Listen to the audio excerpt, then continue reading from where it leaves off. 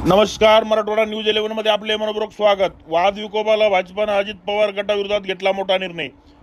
संपूर्ण माहिती जाणून घेण्या अगोदर तुम्ही जर चॅनलवर नवीन असाल तर चॅनलला सबस्क्राइब करा, बेल आयकॉन बटन प्रेस करा, म्हणजे येणारे अपडेट तुम्हाला सर्वात आधी आमच्या चॅनलवर बघायला मिळेल। महायुतीत काही कार्यकर्ते सुळबुळ करतात, मात्र या महायुतीत टिकली पाहिजे हे कार्यकर्त्यांनी लक्षात घेतलं पाहिजे, असं विधान अजित पवारांनी केलंय। रायगडमधील सभेत ते बोलत होते। हा पक्षाचा कार्यक्रम आहे, महायुतीचा नाही, असं स्पष्टीकरणही त्यांनी दिलंय। महायुतीमधील अंतर्गत वाद विकोपाला गेलाय।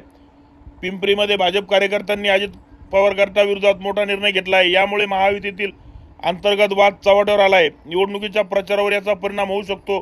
तर दुसरीकडे विधानसभा निवडणुकीच्या पार्श्वभूमीवर महायुतीतील तीनही पक्षाच्या नेत्यांनी मॅरेथॉन बैठका सुरू केल्या आहेत। पिंपरीमध्ये भाजपाने अजित पवार विरोधात ठराव मंजूर केला आहे। विधानसभा निवडणुकीत अजित पवार पक्षाच्या उमेदवाराचा प्रचार करायचा नाही, असा ठराव भाजप कार्यकर्त्यांनी बैठकीत मंजूर केला आहे। लोकसभेत अजित पवारांच्या पक्षाने महायुतीचा प्रचार केला नाही, त्यामुळे घड्याळाचा प्रचार करायचा का, अशी भूमिका अनेकांनी मांडली आहे। ही जागा भाजपाला द्यावी अशी मागणी देवेंद्र फडणवीस आणि चंद्रशेखर बावनकुळे यांच्याकडे करणार असल्याचं कार्यकर्त्यांनी म्हटलं आहे। राज्यात विधानसभा निवडणुका तोंडावर आल्यानं राजकीय वातावरण तापलंय।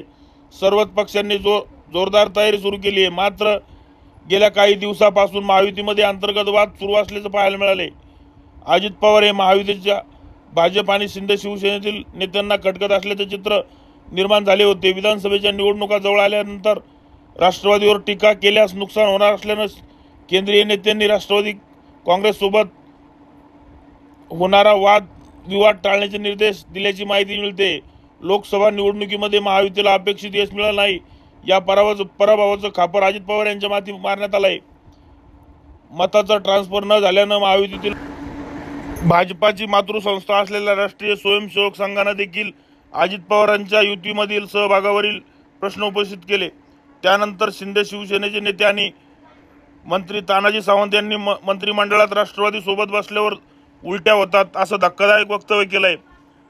तानाजी सावंत यांच्यानंतर भाजपचे प्रवक्ते गणेश आखे यांनीही अजित पवार यांच्यासोबत युती अंगाशी संघाशी असल्याची टीका केली आहे। तसेच पुण्यामधील वडगाव शेरी विधानसभा मतदारसंघात राष्ट्रवादीचे आमदार सुनील टिंगरे आणि भाजपाचे माजी आमदार जगदीश मुळीक यांच्यातही वाद पाहायला मिळाला आहे।